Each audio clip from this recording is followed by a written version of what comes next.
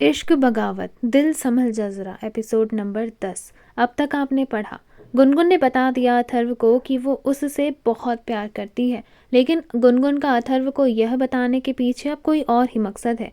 और वो मकसद क्या है, आइए जानते हैं। चलिए अब कहानी को आगे बढ़ाते हैं कि आगे अब और क्या तमाशा होने वाला है। अब आगे गुनगुन जिससे प्यार करती है वो कोई और नहीं बल्कि अथर्व खुद है। ये सच जानकर तो अथर्व की आंखें बड़ी हो गई। यह सुनकर अथर्व के पैरों तले जमीन निकल चुकी थी। अथर्व को समझ नहीं आ रहा था कि ये क्या हो रहा है। वह गुनगुन की बात का यकीन कर तो रहा था और कुछ सोचते सोचते बोलने ही वाला था कि तभी अथर्व कुछ बोलता। उससे पहले ही गुनगुन बोली, क्यों चौंक गए ना? सच बर्दाश्त नहीं हो सका। हाँ, तुम ही हो वो जिससे मैंने प्यार किया है, लेकिन तुमने क्या किया?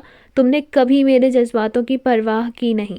तुमने ये जानने की कोशिश नहीं की कि कोई तुमसे इतना प्यार करता है। तुम्हें तो सिर्फ रुद्रांशी दिखी। शादी के दिन भी तुमने उस शानिया को छोड़कर रुद्रांशी को चुना। क्यों किया तुमने अथर्व ऐसा? मैं तुमसे प्यार करती थी। मुझे मेरे प्यार का ये सिला क्यों दिया तुमने? इतना कहकर गुनगुन अथर्व के पैरों पर गिर पड़ी। अथर्व को इस बात से हैरानी थी कि गुनगुन इतनी बड़ी बात उससे छुपा रही थी। तभी अथर्व गुनगुन को शांत करते हुए बोला।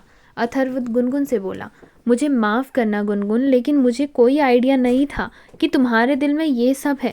तुम मुझसे प्यार करती हो, लेकिन ये सब अब गलत है। मैं तुम्हारी बहन का पति हूँ। कि तभी गुनगुन अथर्व की तरफ देख कर बोली। गुनगुन बोली, हाँ तो मैं भी इस बात को स्वीकार कर चुकी थी ना। मैंने सोच लिया था कि ज़िंदगी भर सिर्फ तुम्हारी यादों के सहारे काट लूँगी, लेकिन अब वो भी नहीं हो सका। तुम्हारे भाई ने मुझे कहीं का नहीं छोड़ा, कहीं का भी नहीं। अब तो मेरा जिंदा रहना भी ठीक नहीं, मैं मरना चाहती हूँ। इतना कहकर गुनगुन टेरेस से कूदने को तैयार हो गई थी कि तभी अथर्व ने गुनगुन को साइड में धकेला और गुनगुन की ओर देखते हुए बोला। अथर्व बोला, स्टॉप इट गुनगुन, खुद की जान लेना किसी प्रॉब्लम का हल नहीं होता है। तभी गुनगुन अथर्व की तरफ देखकर बोली, क्यों नहीं होता? तुम बताओ, तुम्हारे पास कोई और सॉल्यूशन है? मैंने सिर्फ तुमसे प्यार किया है अथर्व, बहुत प्यार किया है। तभी अथर्व बोला, तो तुम क्या चाहती हो गुनगुन, बताओ। गुनगुन बोली, तुमसे शादी। बोलो, करोगे मुझसे शादी? अगर नहीं कर सकते तो मुझे यूं ही छोड़ दो मरने के लिए, क्योंकि अब मैं जीकर भी क्या करूँगी? सब कुछ तो लुट गया है मेरा, मैं बर्बाद हो चुकी हूँ। कोई नहीं अपनाएगा मुझे। जैसे ही अथर्व ने गुनगुन की ये बात सुनी तो वह एक कदम पीछे हो गया और बोला। अथर्व गुनगुन की तरफ देख कर बोला, गुनगुन ये क्या बोल रही हो तुम? मैं तुम्हारी बहन का पति हूँ। मैं ऐसे कैसे तुमसे शादी कर सकता हूँ? ये सरासर गलत है।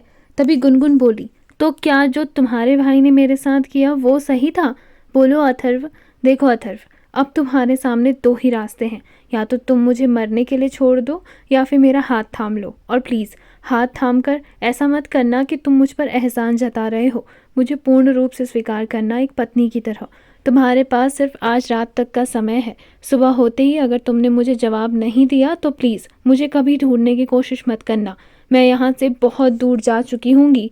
इतना कहकर गुनगुन वहाँ से चली गई। तो वहीं अथर्व तो ये सब सुनकर हैरान था। उसे समझ नहीं आ रहा था कि वो क्या करे। अथर्व काफ़ी देर तक सोचता रहा और वहीं टेरेस पर खड़ा रहा। वहीं कमरे में रुद्रांशी अथर्व के ना आने पर चिंतित हो रही थी। रुद्रांशी यही सोच रही थी कि अथर्व कहाँ गया।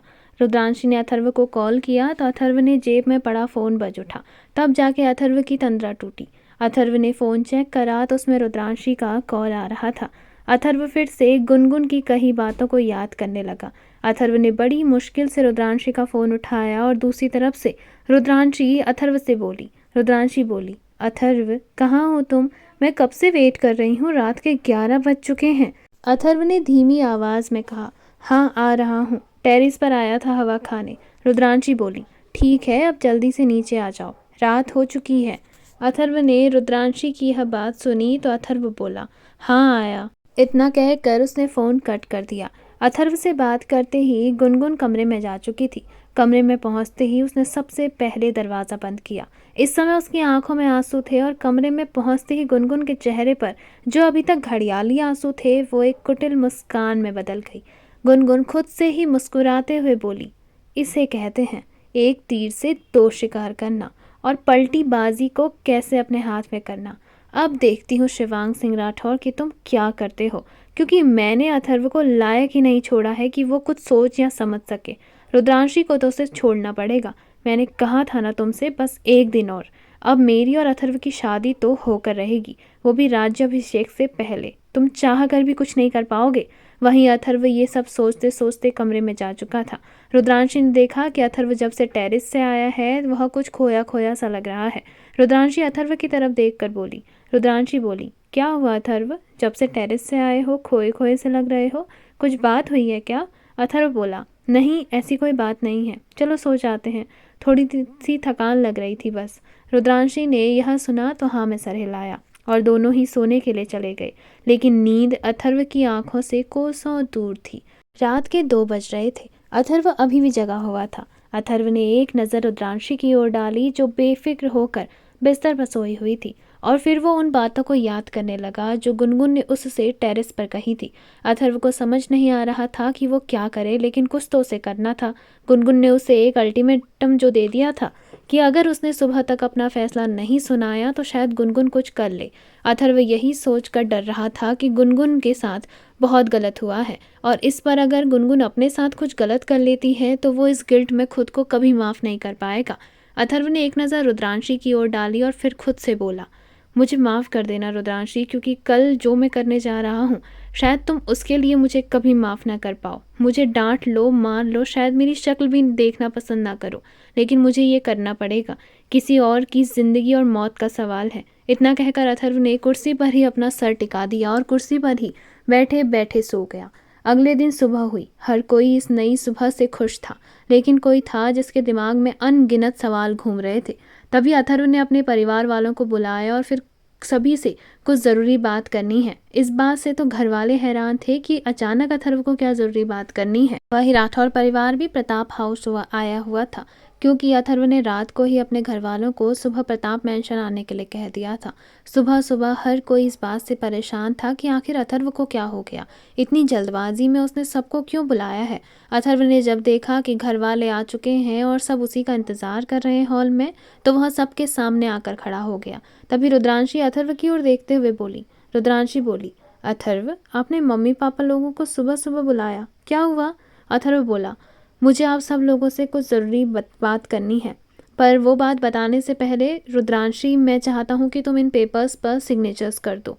इतना कहकर अथर्व ने वो पेपर्स रुद्रांशी को दे दिए।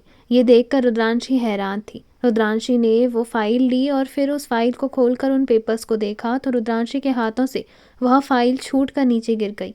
अचानक सबका ध्यान रुद्रांशी की ओर गया तो रुद्रांशी एक पुतले की तरह खड़ी थी। कोई कुछ समझ पाता उससे पहले रुद्रांशी अथर्व से बोली। रुद्रांशी बोली, ये सब क्या है अथर्व? तलाक के पेपर्स? अथर्व बोला, हाँ, मैं तुमसे तलाक लेना चाहता हूँ। जैसे ही अथर्व ने यह सबके सामने बम फोड़ा, वैसे ही घर वालों ने ये सुना तो उन सब को हैरानी थी और वो सब हैरानी से अथर्व को देखने लगे। किसी को भी यकीन नहीं हो रहा था कि अथर्व कैसी बातें कर रहा है। कोई कुछ समझ पाता उससे पहले ही दादी जी अथर्व की तरफ देखते हुए बोली। दादी जी बोली, ये क्या फालतू बातें कर रहे हो तुम सुबह सुबह अथर्व? सुबह सुबह लोग भगवान का नाम देते हैं और तुम एक पवित्र रिश्ता तोड़ने की बात कर रहे हो। शर्म नहीं आई तुम्हें? रिश्ता जोड़ना और तोड़ना क्या बच्चों का खेल है? तभी अथर्व बोला, वो सब मैं कुछ नहीं जानता। मैं गुनगुन से शादी करना चाहता हूँ, इसलिए रुद्रांशी ये डाइवोर्स पेपर्स हैं। कल मेरी और गुनगुन की शादी है, इसलिए मैं चाहता हूँ कि तुम इन पेपर्स पर सिग्नेचर्स कर दो। जैसे ही अथर्व ने जब रुद्रांशी की ओर देखकर यह कहा और डाइवोर्स पेपर देते हुए कहा तो उसे तलाक चाहिए, तो रुद्रांशी तो सदमे में आ चुकी थी, लेकिन वो बहुत गुस्से में थी, इसलिए वो अथर्व की तरफ देखकर बोली। रुद्रांशी गुस्से से बोली, कभी नहीं, बिल्कुल भी नहीं, मैं कोई साइन वाइन नहीं करने वाली हूँ, समझे तुम? तभी अथर्व बोला, तुम्हारी मर्जी है, साइन नहीं भी करोगी तब भी शादी तो मैं करूँगा गुनगुन से। तभी रुद्रांशी बोली, अथर्व, जब तुम्हें गुनगुन दी से शादी करनी थी तो तुमने मुझसे शादी क्यों की? तुम तो ये शादी अपनी मर्जी से कर रहे थे ना? अथर्व बोला, वो सब मैं बताना ज़रूरी नहीं समझता। मैंने तुमसे कह दिया तुम डाइवोर्स पेपर्स पर सिग्नेचर्स कर दो तो कर दो। रुद्रांशी बोली, जब तुम बताना ज़रूरी नहीं समझते तो मैं भी इन डाइवोर्स पेपर्स पर सिग्नेचर्स करना ज़रूरी नहीं समझती। और भूलो मत, हिंदू एक्ट के तहत मैं तुम्हारी बीवी हूँ, किसी और को मैं यह कभी नहीं करने दूंगी, फिर चाहे सामने मेरी बहन ही क्यों ना खड़ी हो। और दी आपको ज़रा भी शर्म नहीं आई अपनी ही बहन के पति पर नज़र डालते हुए? गुनगुन घड़ियाली आंसू बहाते हुए बोली। गुनगुन बोली, मुझे कुछ समझ नहीं आ रहा है। मैं नहीं चाहती कि तुम्हारा घर खराब हो, लेकिन अथर्व मुझसे प्यार करता है तो तुम कर लो ना वही जो अथर्व कह रहा है। रुद्रांशी बोली, कभी नहीं। एक बात याद रखना अथर्व, मैं तुम्हारी बीवी हूँ और सारे हक सिर्फ मैं रखती हूँ। फिर चाहे तुम 10 शादियाँ करो या 50, किसी को कोई मतलब नहीं बन जाता। इतना कहकर रुद्रांश ने तीखी नज़रों से गुनगुन को देखा। घर वाले भी गुनगुन को देखकर गुस्सा थे। वहीं दादी जी को इतना गुस्सा आया कि उन्होंने एक जोरदार थप्पड़ अथर्व के गाल पर लगा दिया। दादी जी गुस्से से अथर्व को देखते हुए बोली, दादी जी बोली, तुम्हारी हिम्मत कैसे हुई ये सब करने की? हमारे खानदान में आज तक तलाक की बात नहीं हुई है, और ये शादी तो तुम्हारी मर्जी से हुई थी ना। तुम खुद चाहते थे ये शादी हो और अब तलाक लेना चाहते हो। कभी नहीं होगा ऐसा। और तुम, अरे तुम्हें अपनी बहन का ही घर खराब करने को मिला था। अरे तुम्हें लड़के चाहिए थे तो हम ला कर देते। ऐसी भी क्या आग लगी थी बदन पर जो अपने ही बहनोई पर नजर डाल दी। दादी जी ने काफी गंदे तरीके से गुनगुन को सुना दिया था। वहीं दादी जी की ये बात सुनकर गुनगुन गुस्से में आ गई और बोली, गुनगुन बोली, तमीज से बात करिए आप। आपकी हिम्मत कैसे हुई मेरे चरित्र के बारे में बात करने की? तभी अथर्व की माँ बोली, चरित्र की बातें तुम मत करो। चरित्रवान लड़की किसी के पति पर डोरे नहीं डालती, और अथर्व तो तुम्हारी बहन का पति है। रिश्ते में तुम्हारा बहनोई लगता है। वैसे बहनोई भी नहीं, तुम्हारा दामाद लगता है, क्योंकि तुम रुद्रांशी की बड़ी बहन हो और बड़ी बहन माँ समान होती है। इस हिसाब से तो तुम अथर्व की सास हुई। तुम्हें शर्म नहीं आई अपनी बहन के पति पर डाका डालते हुए? तुम अपने आप को रुद्रांशी की बहन कहती हो। छी, मुझे तो सोचते हुए भी शर्म आ रही है। तभी गुनगुन बोली, देखिए, आपका पोता मुझसे शादी करना चाहता है और आपका बेटा यह चाहता है रुद्रांशी से तलाक लेना। इसमें आप मुझे क्यों बीच में घसीट रही हैं? तभी दीप्ति जी गुस्से से बोली, घसीट नहीं रहे हैं, लेकिन ऐसा तुमने क्या कर दिया? हम ये जानना चाहते हैं कि अथर्व तुमसे शादी करने को तैयार है। तभी गुनगुन बोली, माँ आप तो समझने की कोशिश करिए।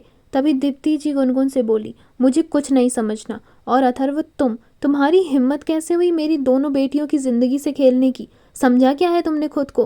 होंगे तुम कहीं के राजा, लेकिन तुम्हें कोई हक नहीं मेरी बेटी की जिंदगी खराब करने का। वहीं इस सब में रुद्रांश सबसे ज्यादा गुस्से से आ चुका था। उसने अथर्व का कॉलर पकड़ लिया और वह गुस्से से उससे बोला, रुद्रांश बोला, आपकी हिम्मत कैसे हुई मेरी बहन को धोखा देने की? होंगे आप कहीं के राजा, पर इतना हक मैंने किसी को नहीं दिया कि कोई भी मेरी बहन की आंखों में आंसू लेकर आए। सोच लीजिएगा मिस्टर राठौर, अगर मेरी बहन को एक भी दुख दुखाया तो मैं ईंट से ईंट बजा दूंगा सबकी। अथर्व ने यह सुना और फिर खुद के कॉलर को रुद्रांश के हाथों से छुड़ाया और बोला, अथर्व बोला, मुझे जो कहना था वो मैं कह चुका हूँ। आप लोगों को माननी है मेरी बात या ना माननी हो, मेरा फैसला यही है। कल मेरी और गुनगुन की शादी है, बेहतर होगा कि आप लोग आशीर्वाद देने आप पहुँच जाएं। इतना कहकर अथर्व वहाँ से गुनगुन का हाथ पकड़कर जाने को हुआ कि तभी दादाजी जोर से गरजते हुए बोले, दादाजी बोले, ठीक है तुम जाओ, तुम्हें जिससे शादी करनी है करो, पर इतना याद रखना, अगर ये लड़की हमारे घर में बहू बनकर आई तो तुम जायदाद से बेदखल होने के लिए तैयार रहना। हम इस समय घोषणा करके राजस्थान का राजा तुम्हारे छोटे भाई शिवांग को घोषित कर देंगे। जैसे ही गुनगुन ने यह सुना तो वो तो हैरानी से सबको देखने लगी। गुनगुन को यकीन नहीं हो रहा था कि अचानक बाजी कैसे पलट गई। तभी अथर्व बोला, आपको जो करना है कर लीजिए। गुनगुन मेरे साथ पैसों के लिए नहीं है, बल्कि वो मुझसे प्यार करती है और मैं गुनगुन से प्यार करता हूँ। इसलिए आपके ये पैंतरे मुझ पर काम बिल्कुल भी नहीं करेंगे दादाजी। इतना कहकर अथर्व गुनगुन का हाथ पकड़कर उसे घर से बाहर लेकर चला गया। वहीं गुनगुन को तो समझ ही नहीं आ रहा था, कहाँ वह हुक्मरानी सा बनने के सपने देख रही थी और कहाँ उसे अथर्व की जायदाद से ही बेदखल होने का फरमान सुना दिया गया था। गुनगुन अथर्व के साथ घर से बाहर निकल गई थी। उसे तो समझ नहीं आ रहा था कि यूं अचानक पूरी बाजी कैसे पलट दी दादाजी ने। अथर्व को जायदाद से बेदखल होने के साथ साथ हुकुमसा की पदवी से भी हटने के लिए कह दिया था।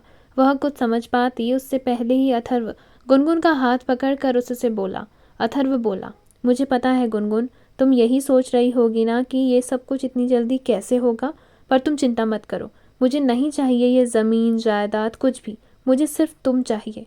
तुम्हें भी तो सिर्फ मैं चाहिए था ना, तो बस हम दोनों अगर साथ हैं तो पैसे तो हम कमा ही लेंगे। तो वहीं गुनगुन तो अथर्व की ये बात सुनकर हैरान थी। तभी गुनगुन अथर्व से बोली, पर अथर्व, हमारे रिश्ते को क्या नाम मिलेगा? दूसरी पत्नी का दर्जा दिया जाएगा मुझे। रुद्रांशी तुम्हें तलाक देने को बिल्कुल भी तैयार नहीं है। तभी अथर्व बोला, कोई बात नहीं, पर मैं हूँ तुम्हारे साथ, है ना, तो क्या फ़र्क पड़ता है औरों से? वैसे भी जो भी मेरा है वो सिर्फ तुम्हारा ही तो है। तभी गुनगुन बोली, नहीं अथर्व, जो तुम्हारा है वो सिर्फ रुद्रांशी का होगा, कानूनन भी। अगर तुम मुझे छोड़ देते हो तो फिर मैं कहाँ जाऊंगी। तभी अथर्व गुनगुन से बोला, क्या तुम्हें मेरे प्यार पर भरोसा नहीं है? मैंने रात भर तुम्हारी कही सारी बातें सोची और समझी, तब मैंने ये फैसला सोच समझ कर लिया है। बस अब बहुत हुआ, तुम बस कल की तैयारी करो। कल सुबह हम दोनों शादी के लिए मंदिर निकल जाएंगे और वहाँ मैंने सारा बंदोबस्त करके रखा हुआ है। इतना कहकर अथर्व वहाँ से चला गया। वहीं गुनगुन यही सोच रही थी कि कहाँ वो रानी बनने के सपने देख रही है और कहाँ उसे एक नौकरानी की तरह जिंदगी जीनी पड़ेगी, क्योंकि ना तो अब अभय जी और दीप्ति जी के पास वो जा सकती थी और ना ही अथर्व के घर। फिर भी एक बार उसने ये सोचा कि आज की रात तो काटनी है, कल अथर्व उसे अपने घर लेकर ही जाएगा। कोई कितना भी नाराज़ क्यों ना हो जाए, पर अपने बच्चों को घर से थोड़ी ना निकालेंगे। वो ये सब सोच ही रही थी कि तभी वहाँ पर शिवांग आ गया।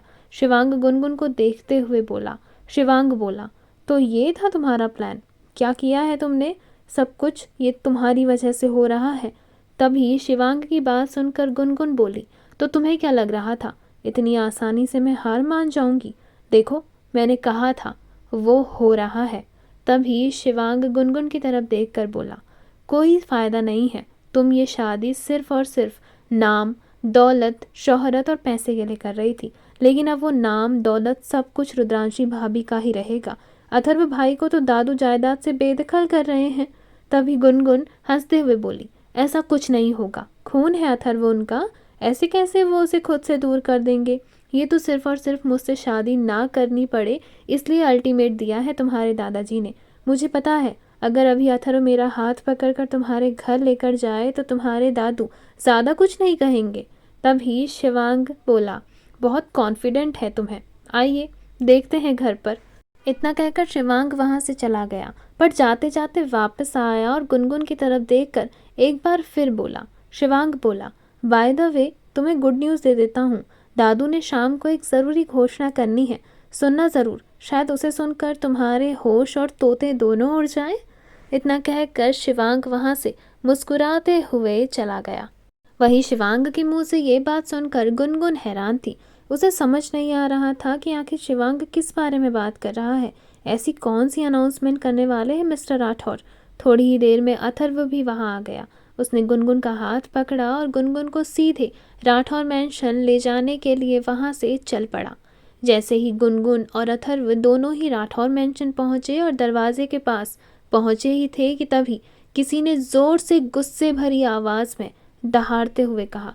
वह आवाज़ थी दादाजी की।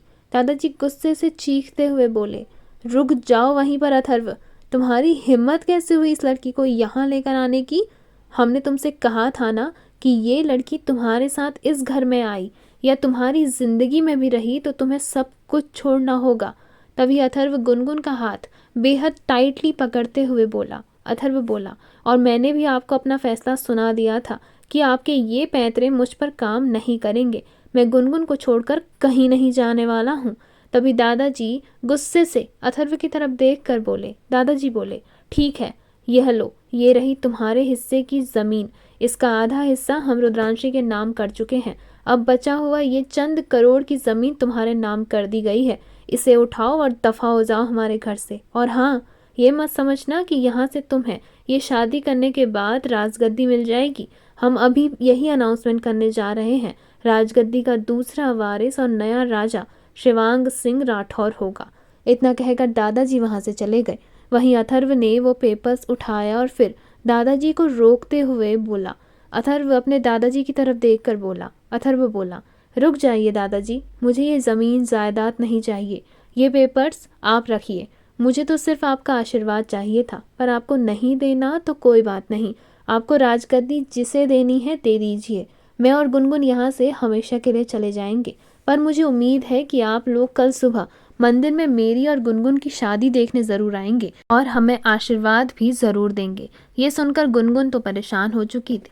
उसे तो यही लग रहा था कि शायद सब कुछ एक नाटक होगा, लेकिन यहाँ तो मिस्टर राठौर को ज़्यादा ही सीरियस हो चुके थे।